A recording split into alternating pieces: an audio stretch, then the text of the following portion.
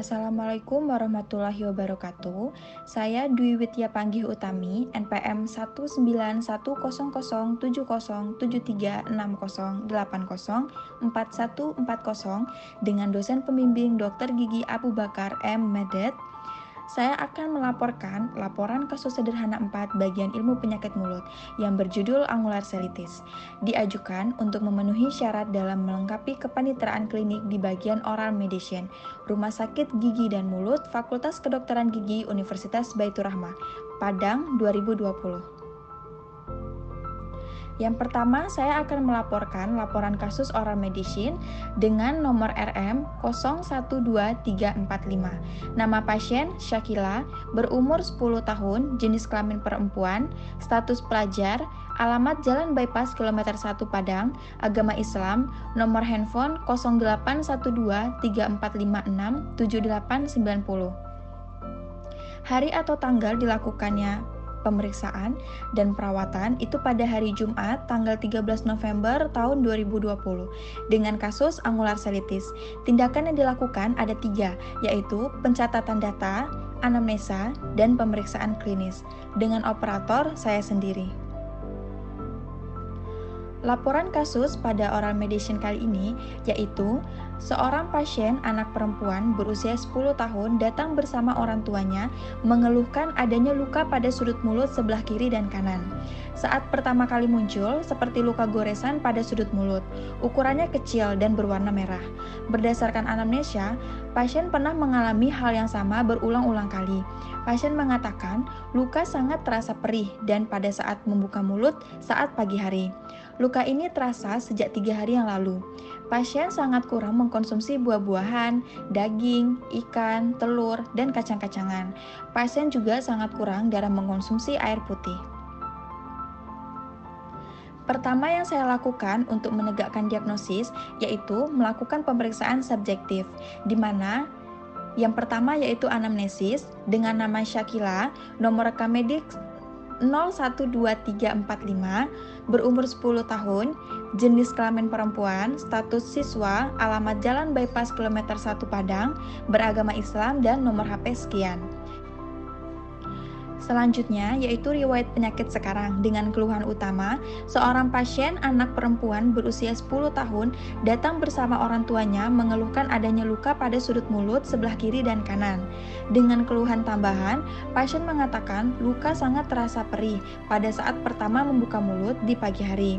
Luka ini terasa sejak 3 hari yang lalu. Pasien sangat kurang mengkonsumsi buah-buahan, daging, ikan, telur, dan kacang-kacangan. Pasien juga sangat kurang dalam mengkonsumsi air putih. Selanjutnya, riwayat perawatan gigi dan mulut, belum pernah melakukan perawatan gigi. Riwayat penyakit sistemik tidak ada, riwayat penyakit keluarga, alergi obat, alergi makanan, dan riwayat sosial tidak ada. Selanjutnya, saya akan melakukan pemeriksaan objektif, di mana diawali dengan pemeriksaan fisik umum dengan kesadaran yaitu kompos mentis. Selanjutnya, tanda-tanda vital, tekanan darah, nadi, suhu, dan respirasi itu dalam batas normal. Kemudian, saya melakukan pemeriksaan ekstraoral, di mana kelenjar getah bening, submandibular, kanan dan kiri, submental, kanan dan kiri, dan servikal, kanan dan kiri itu normal. Selanjutnya, TMJ, mata, wajah itu normal. Selanjutnya, pada bibir terdapat luka pada kedua sudut mulut si anak tersebut. Selanjutnya, saya melakukan pemeriksaan intraoral, di mana pada mukosa labial, frenulum, lidah, dasar mulut, palatum, gingiva, jaringan periodontal, gigi geligi, kelenjar saliva, uvula, tonsil, itu dengan keadaan normal. Tetapi, kebersihan mulut pada pasien ini dikategorikan sedang. Pada pemeriksaan penunjang, saya tidak melakukan pemeriksaan ini. Selanjutnya, diagnosis sementara pada kasus ini adalah angular colitis, di mana dengan memiliki fisur horizontal, kemerahan, multiple, dengan memiliki panjang lebih kurang 2 mm dengan kedalaman 0,5 mm, disertai desquamasi dan sakit. Angular selitis yang sering juga disebut dengan perlek atau seilosis atau angular stomatitis merupakan suatu lesi yang disertai inflamasi pada komisura labial, baik yang terjadi unilateral maupun bilateral, ataupun kondisi peradangan kronis di sudut mulut. Dengan ciri klinis, yaitu dengan ditandai adanya retakan biasanya disertai peradangan pada sudut bibir, terjadi unilateral maupun bilateral, dengan nyeri atau tanpa adanya gejala. Etiologi dalam penyakit ini disebabkan oleh defisiensi nutrisi. Defisiensi riboflavin B12 dapat juga dipicu oleh kebiasaan buruk, itu seperti bernafas lewat mulut, menghisap bibir, menjilati kedua sudut mulut. Ada juga etiologi dari penyakit ini disebabkan dari penurunan sistem imun, penggunaan headgear, infeksi jamur, dan hilangnya dimensi vertikal pada manula. Selanjutnya, klasifikasi angular selitis itu memiliki 4 tipe. Tipe pertama, lesi ringan ditandai dengan fisur tunggal yang terbatas pada sudut mulut. Tipe 2, lesi yang terdiri dari fisur tunggal yang lebih panjang dan lebih dalam dibandingkan lesi di tipe 1. Meluas sedikit melibatkan kulit di sekitarnya kurang lebih 10 mm. Tipe 3, lesi yang ditandai dengan beberapa fisur pada sudut mulut dan meluas ke perbatasan kulit sekitar dengan ukuran lebih dari 10 mm, kurang dari 20 mm. Tipe 4, lesi tanpa fisur dengan eritema luas yang berdekatan dengan kulit hingga mencapai vermilion border itu lebih dari 20 mm. Selanjutnya, perbedaan diagnosis kasus dan diagnosis banding, di mana diagnosis banding dalam kasus ini adalah exfoliative selitis dan herpes simplex labialis. Di sini kita dapat melihat bahwa perbedaannya, angular selitis memiliki etiologi yang disebabkan oleh defisiensi nutrisi, khususnya defisiensi riboflavin. Namun, lesi ini dapat juga dipicu oleh kebiasaan buruk seperti bernapas melalui mulut, menghisap bibir, menjilati kedua sudut mulut, hingga bisa diakibatkan dari penurunan sistem imun, penggunaan headgear, infeksi jamur, dan hilangnya dimensi vertikal pada manula. Selain itu, etiologi dari exfoliative selitis belum diketahui penyebabnya. Namun, faktor pemicu bisa dari kebiasaan buruk, menjilati bibir yang kering, ataupun alergi kosmetik bagi perempuan. Selanjutnya, etiologi dari herpes simplex labialis itu disebabkan oleh infeksi virus herpes simplex 1. Ciri klinis dari angular selitis ditandai dengan retakan biasanya disertai peradangan pada sudut bibir, terjadi unilateral maupun bilateral, dengan nyeri atau tanpa adanya gejala.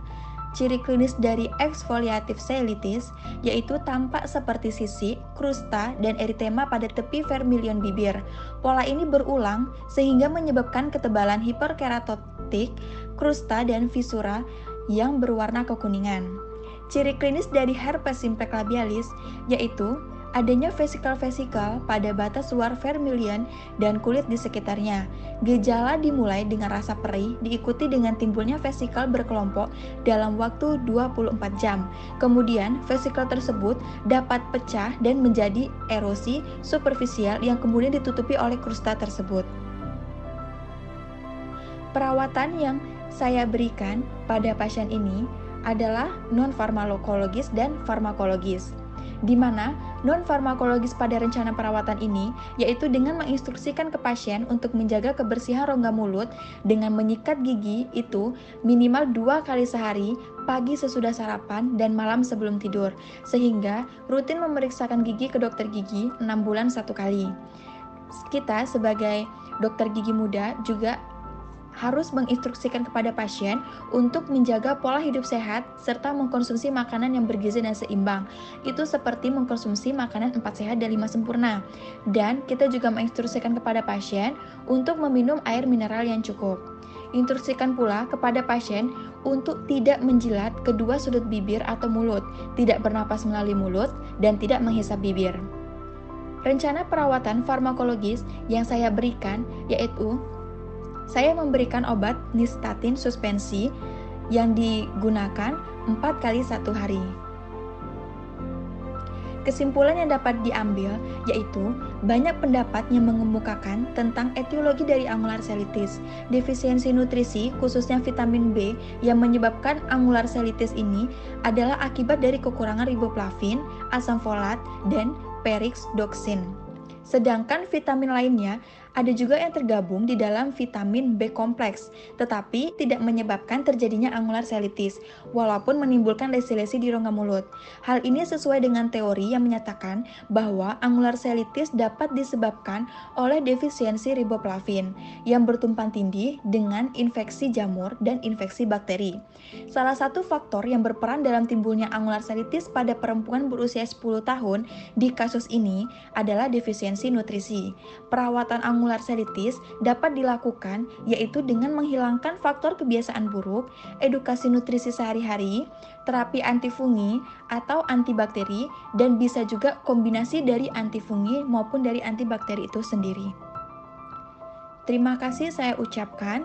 Assalamualaikum warahmatullahi wabarakatuh.